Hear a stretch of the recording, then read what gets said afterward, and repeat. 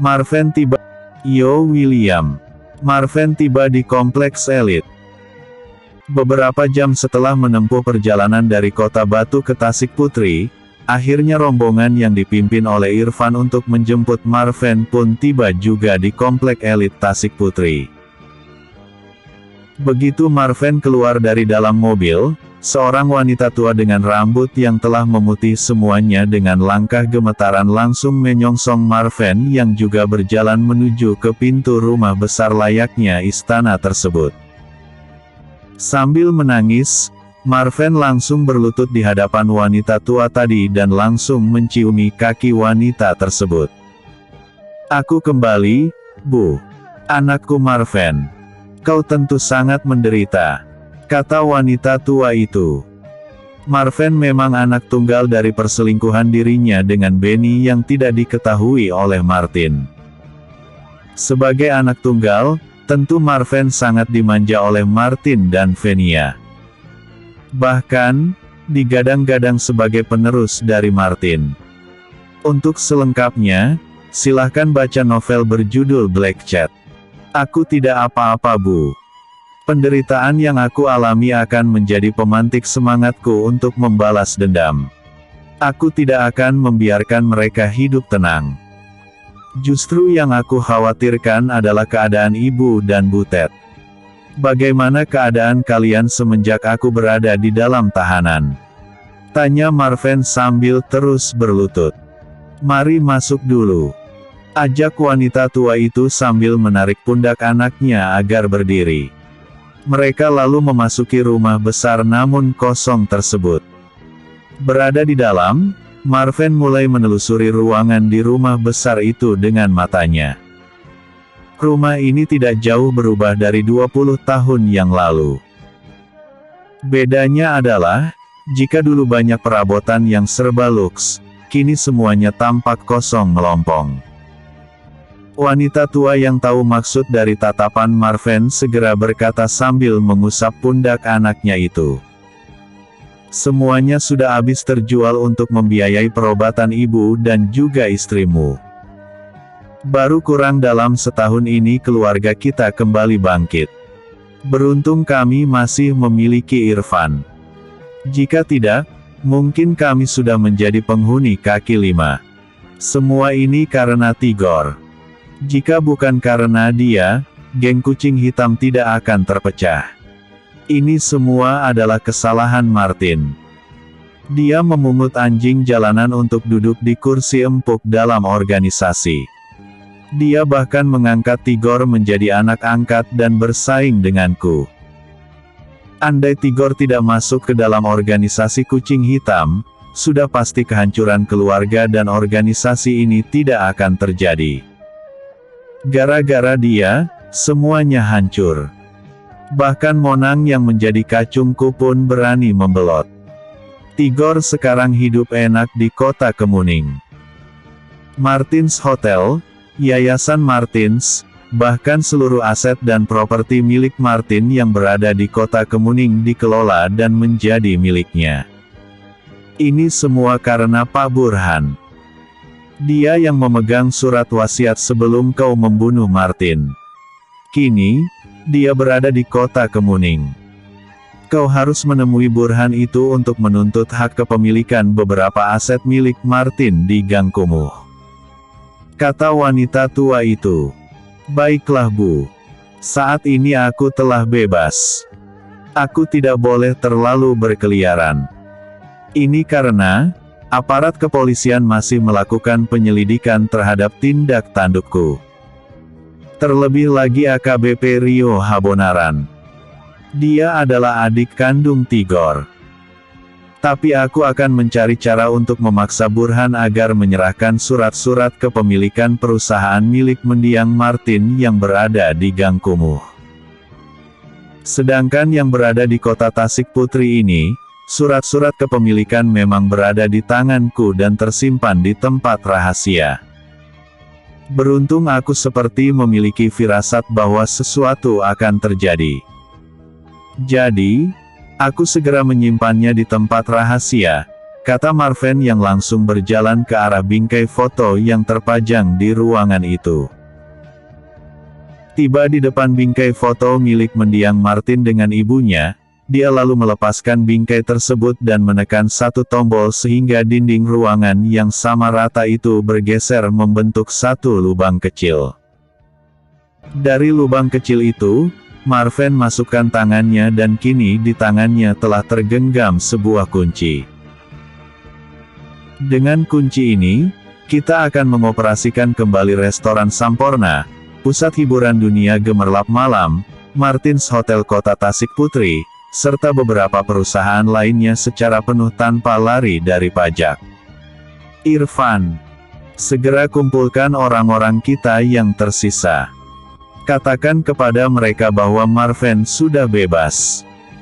Kini saatnya bagi kita untuk menghidupkan kembali organisasi geng kucing hitam yang telah lama mati suri. Baik Bang. Aku akan mengirimkan undangan kepada mereka. Besok sore kita akan melakukan pertemuan di restoran Samporna. Abang beristirahatlah dahulu. Bersihkan dirimu yang tampak sangat dekil itu. Jawab Irfan lalu segera pergi meninggalkan ruangan tersebut. Bu, aku izin untuk membersihkan diri. Pinta Marven dengan sangat hormat. Pergilah, nak. Oh ya Bu. Di mana Butet? Aku tidak melihatnya. Istrimu sering sakit-sakitan. Saat ini dia sedang terbaring di kamarnya. Aku harus menemuinya. Kasihan dia jadi ikut menderita. Temuilah istrimu. Ibu akan memasak makanan kesukaanmu bersama dengan Deborah, kata wanita tua itu. Setelah berkata demikian, dia segera melangkah meninggalkan ruangan itu menuju ke bagian dapur. Sebelum menemui istrinya, Marven terlebih dahulu membersihkan dirinya. Menatap di cermin, dia sempat terkejut melihat pantulan wajahnya pada cermin tersebut. Sedikit pun tidak ada sisa ketampanan masa mudanya dulu. Padahal, dulu dia adalah antara pemuda yang tampan. Tidak jauh kalah dengan Tigor, Ronggur maupun Roger. Tapi kini, dengan kumis, cambang dan jenggot yang tak terurus bahkan sudah banyak yang memutih, seolah-olah ketampanannya hilang tak berbekas. Geram dengan apa yang dia lihat di cermin kaca tadi, dia segera meninju kaca tersebut hingga retak dan pecah dengan noda darah berada di sana. Puas dengan kelakuannya itu, dia segera membalut tangannya dan keluar dari kamar mandi untuk menemui istrinya. Setelah mendorong pintu kamar, kini dia melihat sesosok tubuh sedang terbaring di atas ranjang. Tampak garis-garis penderitaan terpampang pada raut wajahnya. Dengan tangan bergetar, Marven membelai rambut wanita parubaya yang juga wajahnya lebih tua dari usia sebenarnya. Sayang, aku kembali. Pelan bisik Marven ke telinga wanita yang sedang berbaring itu. Wanita yang terbaring yang tidak lain adalah Butet perlahan membuka matanya. Lama wanita itu menatap dengan nanar ketika dia mencoba menebak siapa sebenarnya lelaki yang wajahnya banyak ditumbuhi bulu tersebut. Kaukah itu, Marven? Terdengar suara lirih yang keluar dari mulut wanita itu. Iya, ini aku. Aku, Marven. Marven.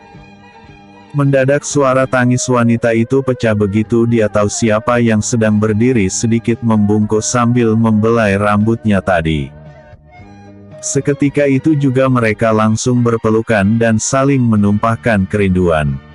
Anak kita. Aku tidak bisa menjaganya. Dia terlahir sebelum waktunya. Aku keguguran. Ratap Butet dengan isak tangis semakin keras. Bukan salahmu. Aku tidak menyalahkan dirimu atas kematian anak kita. Semua ini karena ulah Tigor. Dia akan membayar semuanya. Ujuk Marven yang masih terus memeluk wanita itu.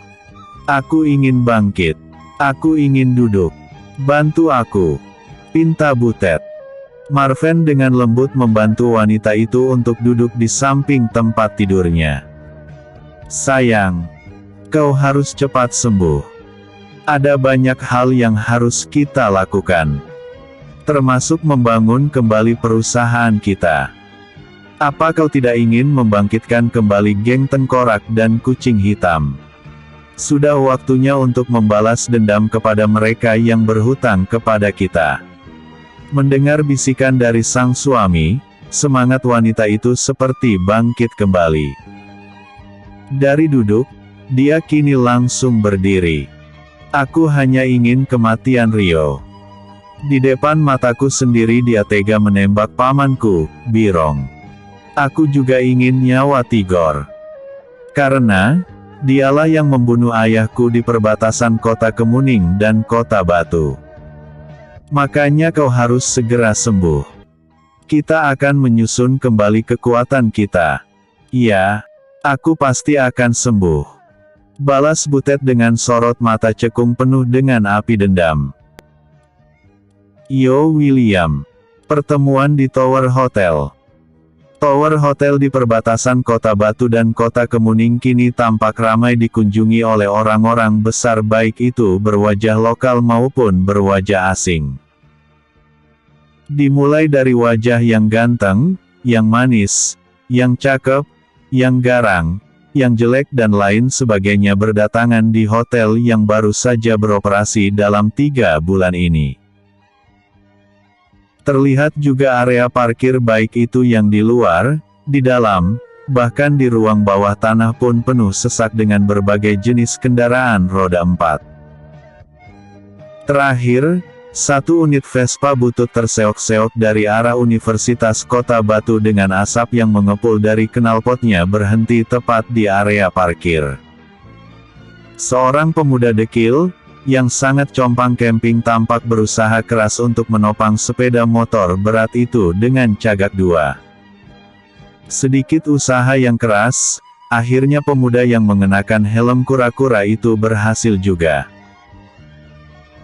Setelah memastikan bahwa sepeda motor Vespa miliknya dalam keadaan aman, karena dia sudah mengikat rantai yang digembok dengan gembok laksana peti harta karun, pemuda itu pun tersenyum puas.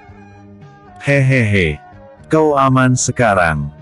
Aku sudah merantai banmu dan sudah kukunci dengan gembok kapal. Tunggu di sini ya sayang.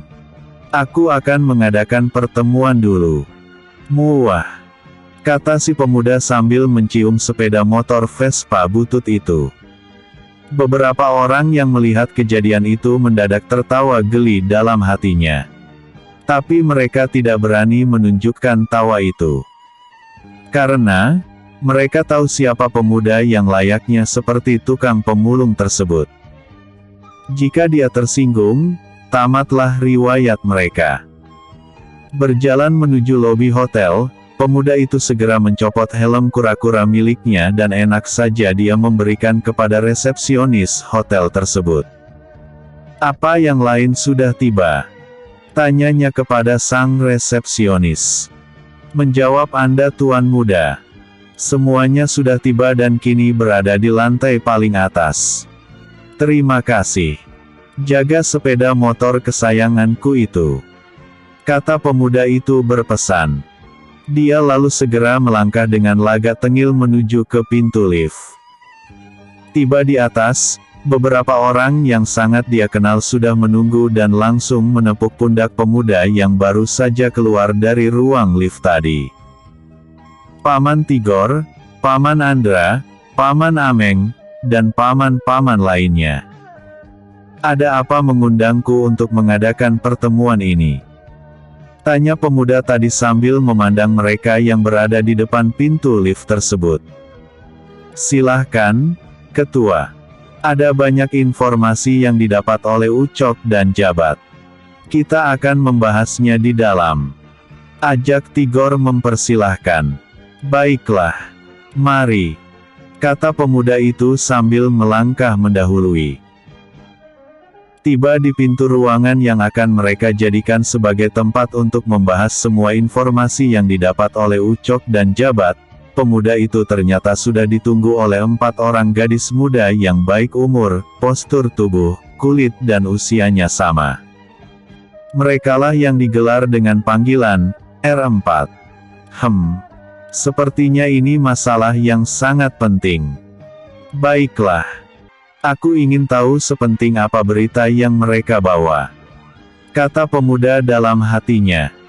Dia kembali melangkah dengan didampingi oleh keempat gadis tadi dengan 2 di sisi kiri dan 2 di sisi kanannya.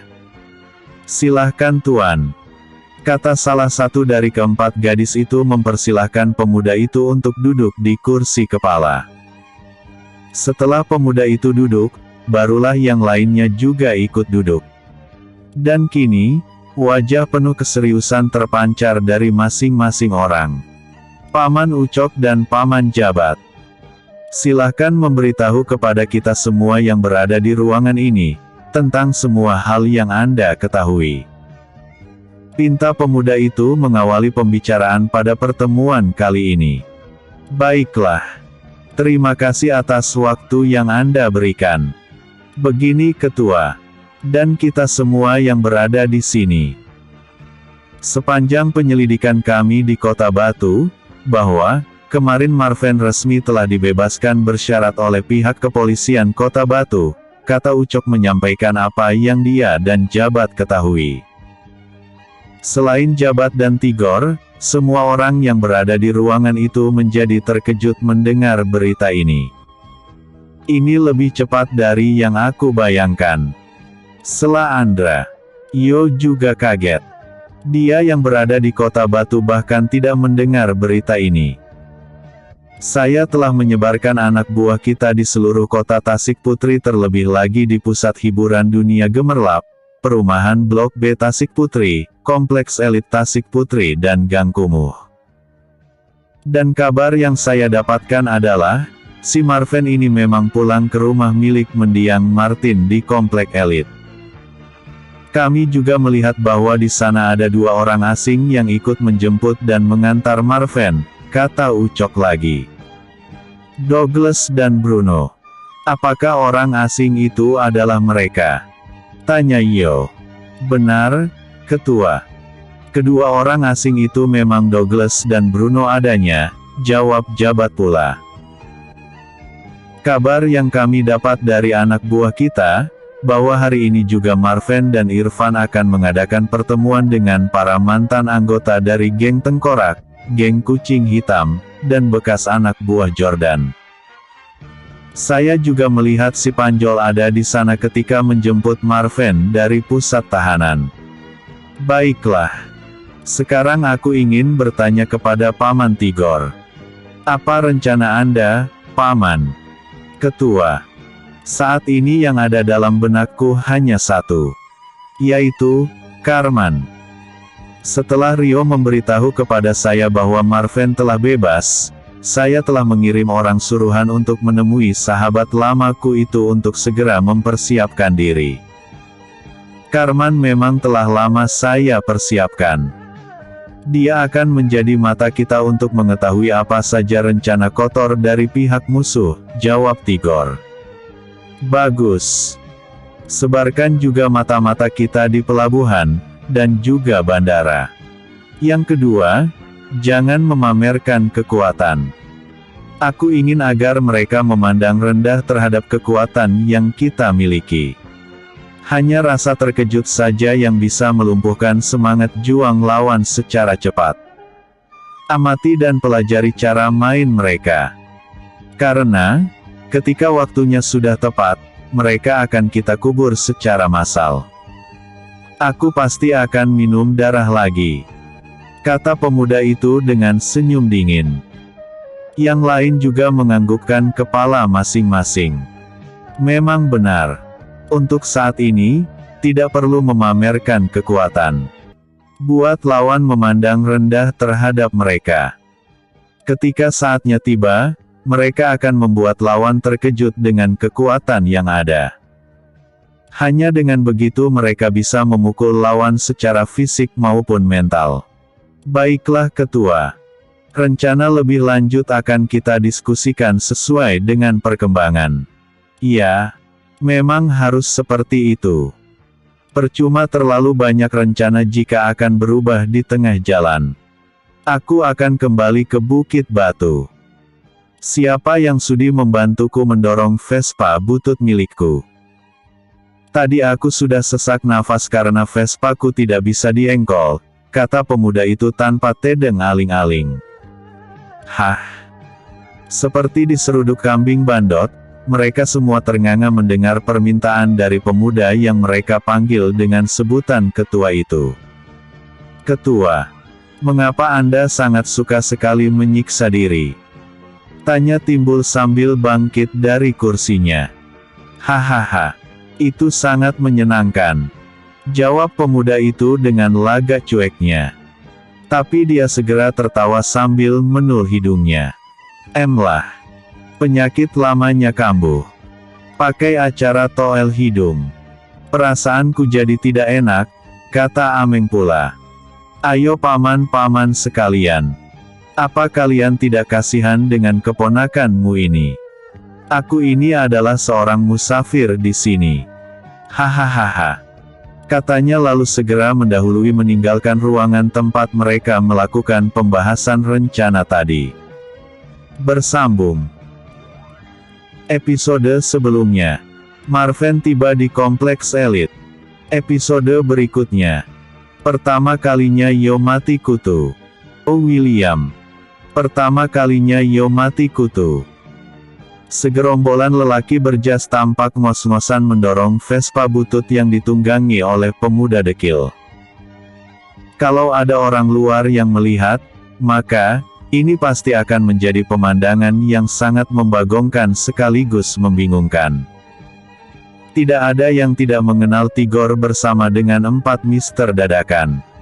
Tidak juga bagi Ucok, Jabat, Sugeng dan Thomas. Terlebih lagi di sana juga ada Roger.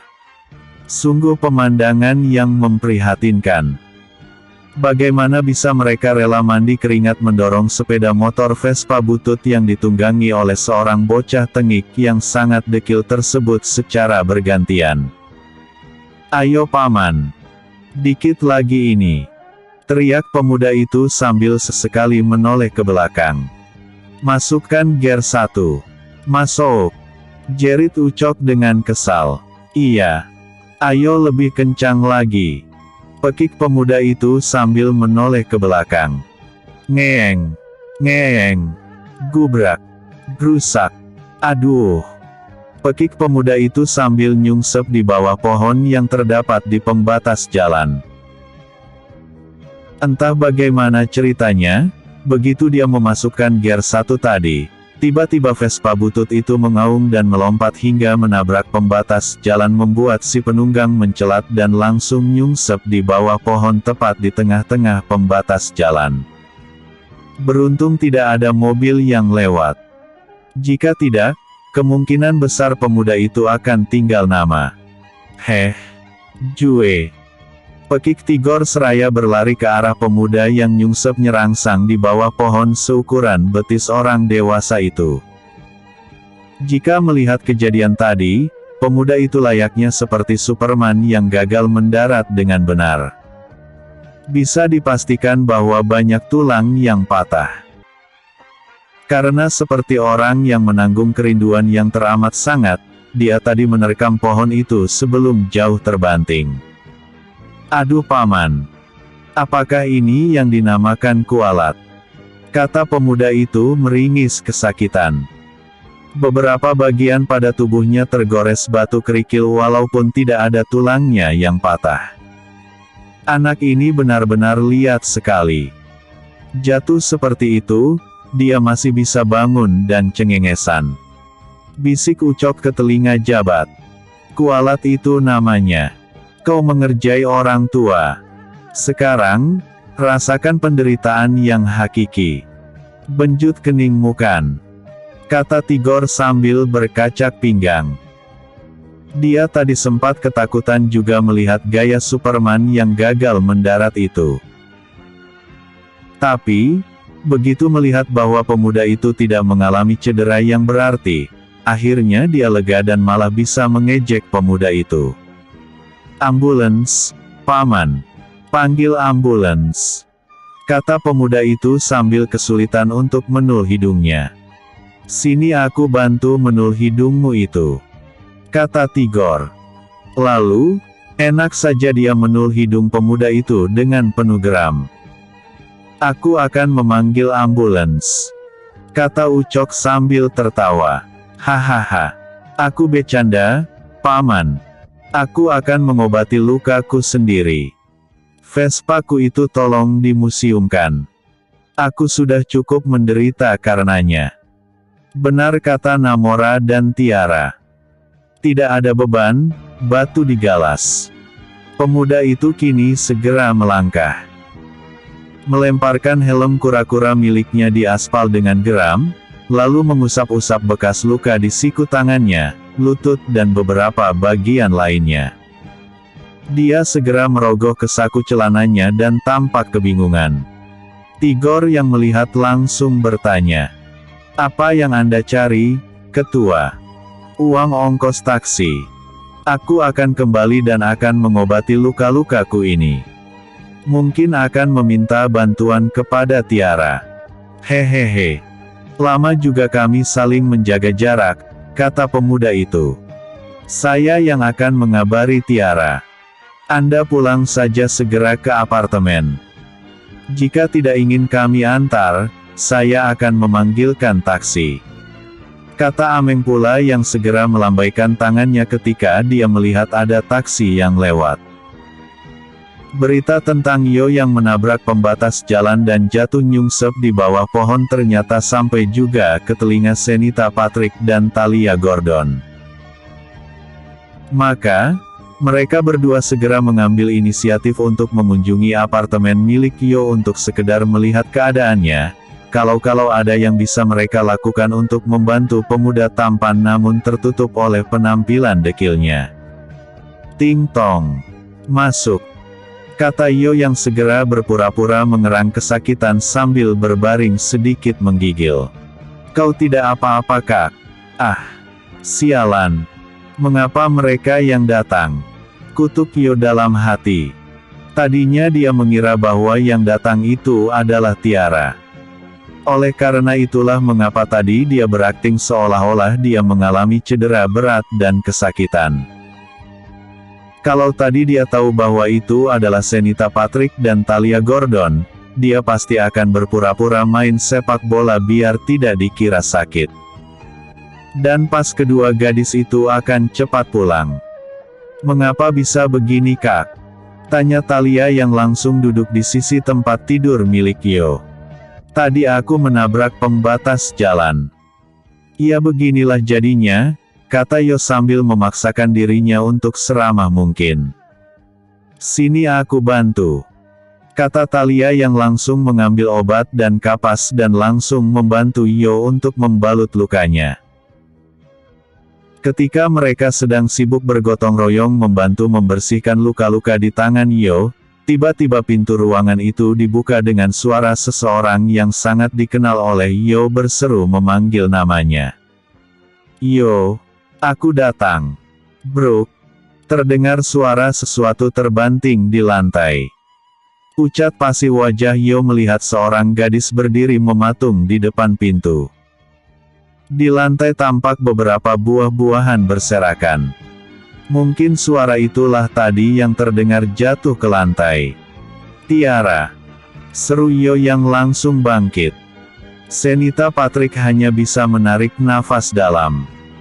Sesuatu yang ada dalam pikirannya saat ini adalah, pasti kedua orang ini akan bertengkar. Maaf. Aku datang tidak pada waktu yang tepat. Kata Tiara yang langsung membalikkan badannya menuju keluar. Tiara, tunggu. Pinta Yo yang langsung mengejar gadis itu. Sudah ada yang merawatmu. Berarti, aku sudah tidak dibutuhkan lagi. Kata gadis itu begitu Yo berhasil menahan gadis itu untuk pergi. Keluh lidah Yo. Dia sama sekali tidak tahu harus bicara apa. Semua kata-katanya terbang sampai ke Star Hill dan ketika ingin kembali, tidak ada ongkos. Saat ini yang bisa dia lakukan hanya garu-garu kepala. Kau menjauhiku dengan alasan agar aku tidak celaka di tangan musuh-musuhmu. Oke, aku bisa menerima. Tapi, apa alasanmu dekat dengan kedua gadis itu? Apa kau ingin mencelakakan mereka? Aku ingin satu alasan yang masuk akal darimu. Walaupun suara Tiara terdengar sangat lembut, tapi ada kedinginan di nada bicara itu. Hal ini yang membuat Yo tidak mampu berkata-kata. Ini untuk pertama kalinya dalam hidup Yo harus mati kutu dalam menghadapi suatu masalah. Dan peliknya, masalah itu datang dari seorang gadis yang sedang cemburu. Aku minta maaf, Tiara. Aku tidak tahu bahwa mereka akan datang. Aku memang meminta kepada Paman Ameng untuk memberitahu dirimu. Tapi, sudah jadi begini. Apa aku harus mengusir mereka? Tanya Yo yang berusaha meminta pengertian dari gadis yang berada di depannya itu. Hahaha. Apakah ini pertama kalinya mereka datang ke apartemenmu ini? Tanya Tiara dengan tatapan tajam. Semakin mati kutu Yo untuk menjawab pertanyaan yang penuh dengan jebakan itu. Jadi lelaki itu harus punya prinsip. Jika kau tidak menginginkan aku celaka, dan kau memilih menjauhiku, seharusnya kau juga berbuat yang sama kepada orang lain. Atau, kau memang sengaja meminta kita untuk berjauhan agar bisa dekat dengan siapa saja. Bagaimana jika itu aku? Apakah boleh jika aku dekat dengan lelaki lain? Aku bunuh lelaki itu. Bentak Yo dengan nada tinggi. Tiara terlonjak mendengar bentakan itu. Enak ya jadi lelaki. Bisa egois. Bisa semaunya, kata Tiara. Dia langsung melangkah meninggalkan Yo yang tampak menyesal karena telah membentak gadisnya tadi. Ini pertama kali dia membentak kekasihnya itu. Tiba di dalam ruangan di mana tadi dia bersama dengan Senita Patrick dan Talia Gordon, Yo sama sekali tidak bersemangat lagi. Bahkan dia hanya diam dan langsung merebahkan tubuhnya di atas ranjang, menutupi dirinya dengan selimut. Dia cemburu kak? Tanya Senita. Begitulah. Jawab Yo singkat. Mengapa tidak kau kejar? Tanya gadis itu lagi. Apa kau kira ini drama Korea? Maafkan kami. Kamilah yang sebenarnya datang tidak tepat waktu. Ujar Senita lagi. Sementara Talia sama sekali tidak berbicara. Berusaha. Episode sebelumnya. Pertemuan di Tower Hotel. Episode berikutnya. Apa kurangnya aku? Yo William. Apa kurangnya aku? Hening di ruangan apartemen milik Yo itu berlanjut beberapa menit sebelum dipecahkan oleh hembusan nafas berat dari Talia Gordon. Yo menyingkapkan sedikit selimut yang menutupi wajahnya ketika mendengar tarikan nafas berat tadi. Maafkan aku kak. Mungkin memang tidak seharusnya kami datang ke apartemen milikmu ini. Kalau begitu, kami akan pulang dulu. Kata gadis itu meminta diri. Yo tidak menjawab. Senita juga tampak diam saja. Hal ini tentu saja membuat Talia merasa salah tingkah. Aku tahu Tiara sangat cantik. Aku juga tahu kalau kalian sudah menjalin hubungan yang sangat lama. Andai pertengkaran kalian disebabkan karena kedatangan kami ke sini, maka aku secara pribadi akan menemuinya dan menjelaskan semuanya kepada Tiara. Namun, satu hal yang masih menjadi tanda tanya di hatiku. Gumam gadis itu.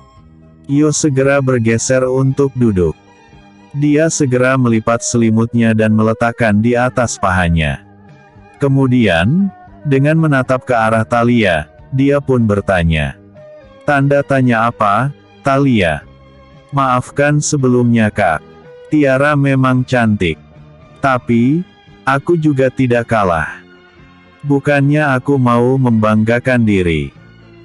Tapi, kalau dari segi status, aku jauh lebih segalanya dibandingkan dengan dia.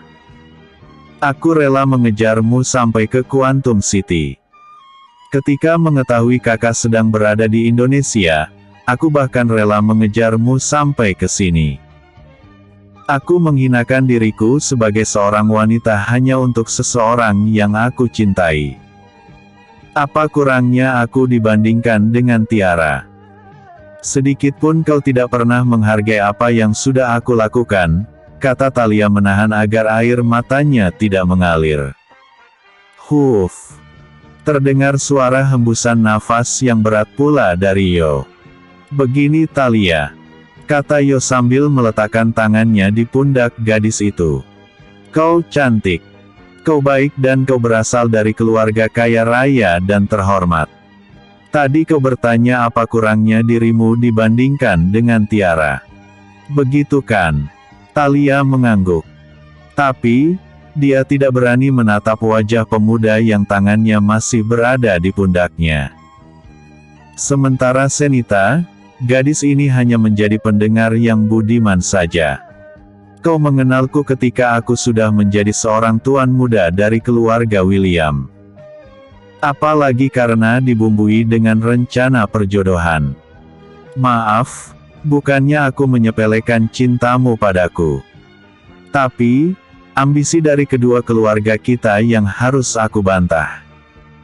Perbandingan antara dirimu dengan Tiara adalah, jika kau mengenalku sebagai tuan muda dari keluarga William, Tiara jauh dari itu. Dia menerimaku di saat aku sendiri bahkan tidak tahu siapa aku. Andai aku ceritakan, kau pun akan kagum dengan gadis itu. Kata Yo menarik nafas sejenak. Dulu, ayahku memang merahasiakan siapa dirinya. Pada umur 1 tahun, aku dititipkan untuk dididik di Mountain Slope. Setelah aku berusia 14 tahun, kakek uyutku meninggal dunia. Dan aku kembali dititipkan kepada guru yang lain. Selama hampir 4 tahun, aku dihina, dicaci, dibuli. Dikatakan bule kere, bule miskin dan banyak lagi. Tidak banyak orang yang mau bersahabat denganku ketika itu. Hanya ada Udin, dan yang satunya lagi adalah Tiara. Dia menerimaku apa adanya. Bukan karena status. Bahkan, aku sendiri pun tidak tahu siapa dan dari keluarga mana aku berasal. Entah keluarga kaya atau melarat. Itu yang membedakan kalian berdua. Aku berharap, kau bisa memahami bahwa tidak mudah untuk mencintai. Aku bisa menerimamu. Tapi bukan karena cinta. Sebaliknya, karena kasihan dan memenuhi ambisi keluargaku, dan keluargamu. Apa kau mau menjadi boneka? Tanya Yo kepada gadis itu. Sangat sulit untuk membedakan antara cinta yang suci, dengan penafsu. Sekali lihat langsung cinta, menurutku itu bukan cinta. Bisa jadi itu adalah nafsu. Kau harus bisa membedakan. Aku, Yo William dilahirkan bukan untuk mengurus masalah seperti ini. Aku dilahirkan, dididik, ditempa untuk mengakhiri perseteruan antara keluarga William dan keluarga Miller.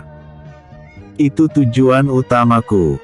Sudah banyak waktu yang telah aku korbankan untuk menempa diri.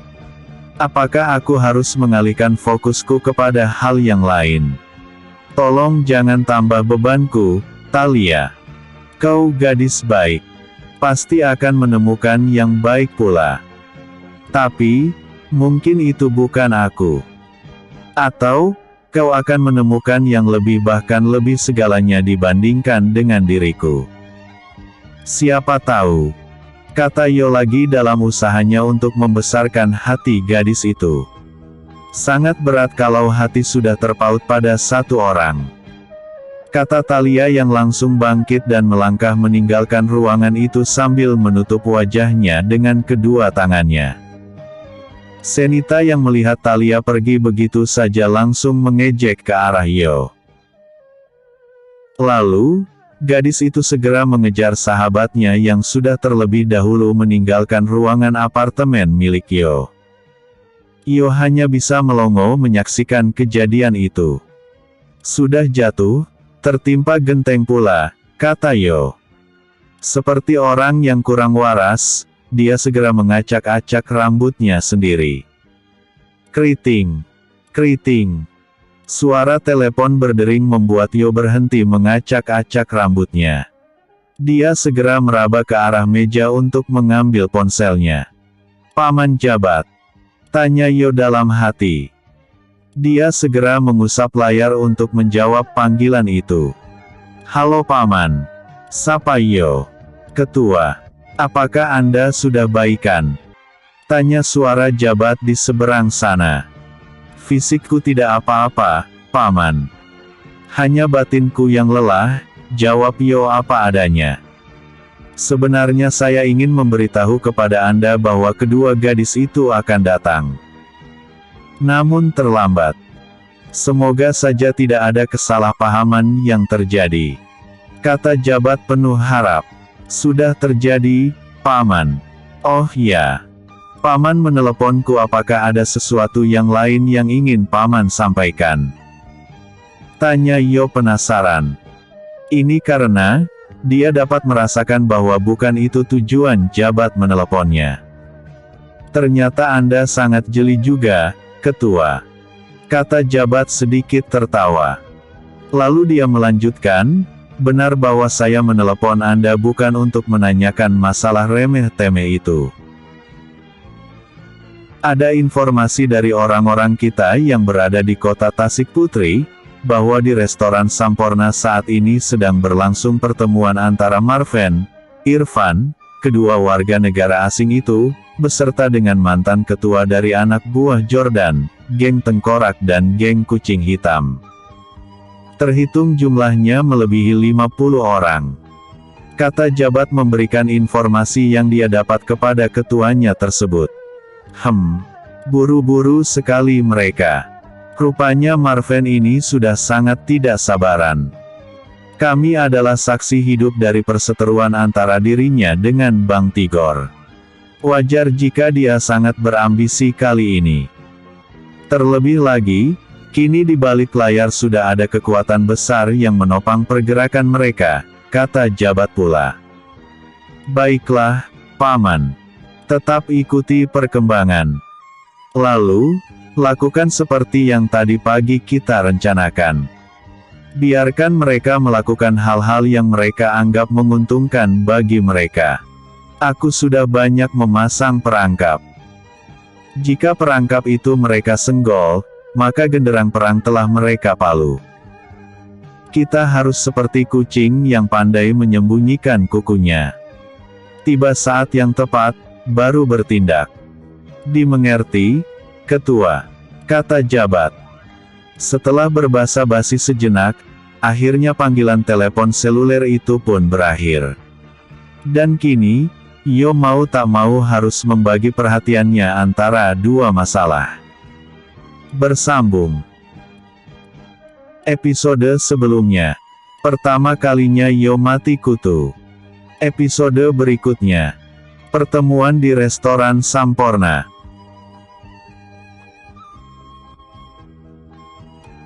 Yo William. Pertemuan di restoran Samporna. Restoran Samporna. Menjelang sore, tidak seperti biasanya restoran Samporna yang dulunya ramai dikunjungi oleh orang-orang kelas atas, kini kembali ramai. Memang, semenjak kejadian sekitar 20 tahun yang lalu, baik restoran maupun pusat hiburan dunia gemerlap malam seperti hidup segan mati tak mau. Itu semua terjadi karena berbagai rangkaian peristiwa. Tapi sore ini tampaknya restoran elit ini sudah akan mulai beroperasi lagi secara normal. Setidaknya, begitulah pandangan dan penilaian orang-orang yang melihat. Ramai yang tidak mengira bahwa ada banyak unit kendaraan roda 4 di restoran tersebut bukanlah karena restoran itu telah beroperasi secara penuh, melainkan adalah adanya pertemuan di antara beberapa ketua dari bekas geng-geng yang telah bubar. Tujuan mereka melakukan pertemuan kali ini adalah untuk membentuk aliansi. Ini karena Marvin yang merupakan ketua dari geng Kucing Hitam, menantu dari Togar adik Birong, dan bersahabat dengan Jordan telah bebas dari penjara. Bukan rahasia lagi bahwa kehancuran geng Jordan di Kota Kemuning, kehancuran geng Tengkorak di Kota Batu, dan kehancuran geng Kucing Hitam di Tasik Putri adalah karena ulah Tigor. Setidaknya, begitulah pandangan mereka. Jadi, begitu Marvin bebas dari penjara, kini harapan mereka untuk membalas dendam terhadap Tigor kembali menyala. Sehari setelah kebebasan Marvin, mereka pun sangat antusias dan mengeluh-elukan lelaki paruh baya itu untuk membentuk kembali kekuatan. Terlebih lagi, mereka kini mengetahui siapa orang yang berada di balik layar yang akan menginvestasikan sumber daya kepada Marvin. Oleh karena itulah mengapa harapan baru timbul di hati mereka. Terhitung lebih dari 50 orang delegasi dari kelompok-kelompok kecil telah berkumpul dan siap meleburkan diri menjadi satu di bawah kepemimpinan Marvin. Di antara mereka yang paling berpengaruh adalah Panjol, Ganjang, dan Mokmok. Jika Panjol menguasai sebagian kecil area di Kota Batu ini, maka Ganjang juga memiliki beberapa bisnis di tikungan Pitu. Sementara Mokmok adalah seorang kontraktor yang mempekerjakan semua anggota gengnya di bawah kepemimpinannya sendiri. Kini, di ruangan besar nan luas yang dulunya hanya bisa dikunjungi oleh orang-orang tertentu, penuh sesak oleh perwakilan dari kumpulan-kumpulan kepala preman dan gangster. Mereka dengan sabar menunggu kedatangan orang yang sangat penting bagi mereka. Tidak sampai 30 menit, akhirnya yang ditunggu-tunggu pun tiba juga. Dia adalah Marvin yang tampak lebih rapi dari sebelumnya. Di sisi kirinya ada Butet, di sisi kanannya ada Irfan. Sementara beberapa orang yang berjalan di belakangnya antara lain adalah Bruno dan Douglas. Kedua orang ini adalah utusan dari Megaton dulunya sebelum keluarga Miller terusir secara paksa dan terhina dari kota itu untuk kembali ke Hong Kong. "Duduk, duduk, duduk," kata Marvin yang melihat semua orang akan bangkit berdiri untuk menyambut kedatangannya. Mereka semua akhirnya menurut saja tanpa ada yang berdiri. Ketika Marvin tiba di kursi miliknya, dia tidak segera duduk, melainkan menatap satu persatu mereka yang hadir di ruangan itu. Apalagi kata-kata yang bisa aku ucapkan atas rasa semangat dan solidaritas yang kalian tunjukkan. Ucapan terima kasih juga terasa tidak cukup. Aku sangat bangga dengan kalian semua. Ternyata, selama 20 tahun ini, kalian sanggup menungguku terbebas dari penjara. Salut untuk kalian semua, kata Marvin sambil tersenyum diikuti tepuk tangan dari semua orang. Mr. Bruno dan Mr. Douglas, silahkan duduk dan bentangkan segala rencana kerjasama yang diinginkan oleh majikan Anda. Biar semuanya jelas tanpa ada yang ditutup-tutupi, kata Marvin lagi mempersilahkan.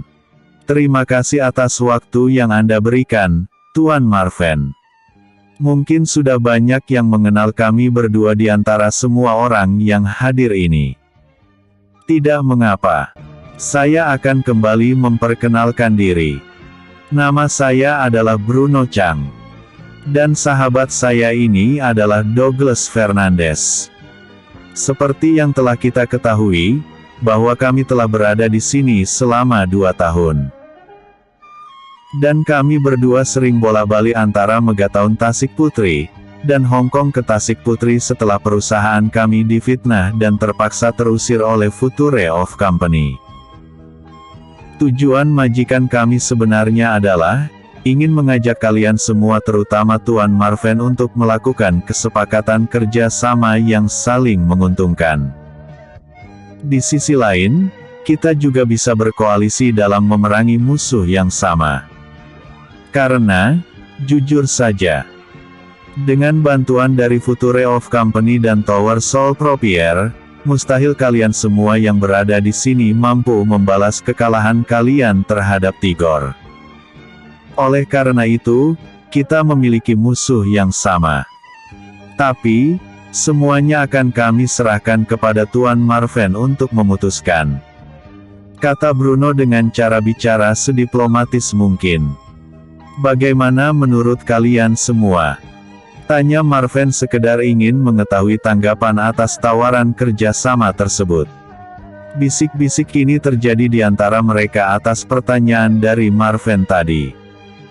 Setelah beberapa saat lamanya, mereka pun akhirnya dengan sebulat suara menganjurkan kepada Marven untuk menerima tawaran kesepakatan kerjasama tersebut. Terlebih lagi Irfan yang begitu getol mendesak abang tirinya itu untuk menyetujui kerjasama tersebut. Sebelumnya, kami atas beberapa saran dari abang telah mendirikan beberapa pusat perjudian. Setelah itu, beberapa proposal untuk membangun pabrik pun telah diluluskan oleh pemerintah daerah. Hanya tinggal kata, iya, saja dari abang, maka kesepakatan ini sah secara hukum antara kedua belah pihak. Kata Irfan meyakinkan.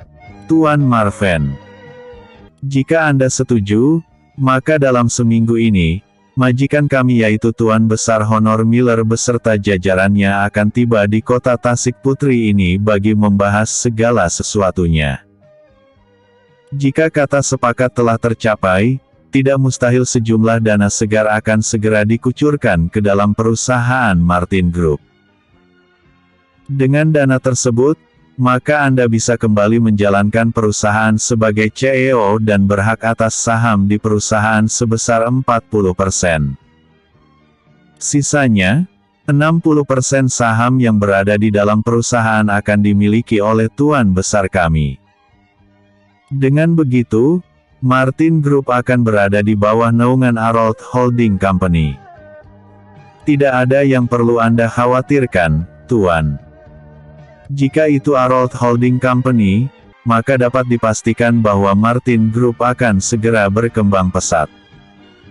Bahkan mungkin bisa menembus pasar Asia. Sekali lagi Bruno mengumbar kata-kata manisnya. 40% saham itu tidak sedikit Bang. Apalah arti perusahaan yang sudah lama gulung tikar itu? Terima saja Bang. Ini kesempatan bagi kita untuk menyusun kekuatan guna membalas si Tigor itu.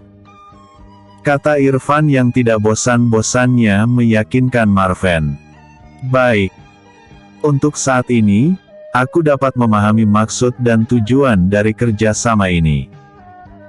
Anda bisa mengabarkan kepada majikan Anda bahwa saya bisa saja menyetujui kerjasama ini. Untuk selanjutnya, maka biarkan itu menjadi urusanku dengan majikanmu. Kata Marven. Baiklah, Tuan Marven yang terhormat. Jika begitu, saya akan segera menyampaikan kepada Tuan Besar kami. Dan, ini ada sedikit hadiah dari majikan kami bagi menyambut kebebasan Anda, kata Bruno sambil menyerahkan koper yang dia bawa, beserta koper yang berada di tangan Douglas. Ketika koper tadi dibuka, maka semua mata yang berada di tempat itu terbelalak. Bagaimana tidak terbelalak? Di dalam koper itu ternyata isinya adalah uang semua dengan pecahan 100 USD. Di masing-masing koper ini ada uang sebanyak 500.000. Total ada 1 juta dolar. Ini hanya sedikit dari hati majikan kami kepada Anda, Tuan. Harap Anda sudi menerimanya. Kata Bruno sambil mendorong koper tadi tepat di hadapan Marven. Saya sangat menghargai niat dan kebaikan hati majikan Anda. Baiklah, pertemuan ini kita tutup sampai di sini. Dan selanjutnya, Saya akan mengadakan pesta di komplek elit. Semua orang diundang untuk hadir, kata Marvin yang tampak seperti sedang berusaha bersikap wajar ketika berhadapan dengan uang tunai $1 juta tadi. Setelah saling berjabat tangan, mereka pun mulai meninggalkan VIP box di restoran Samporna dan kini langsung berangkat menuju kompleks elit Tasik Putri untuk mengadakan pesta bagi kebebasan Marvin dari penjara. Bersambung episode sebelumnya. Apa kurangnya aku? Episode berikutnya. Ingin melacak keberadaan Karman.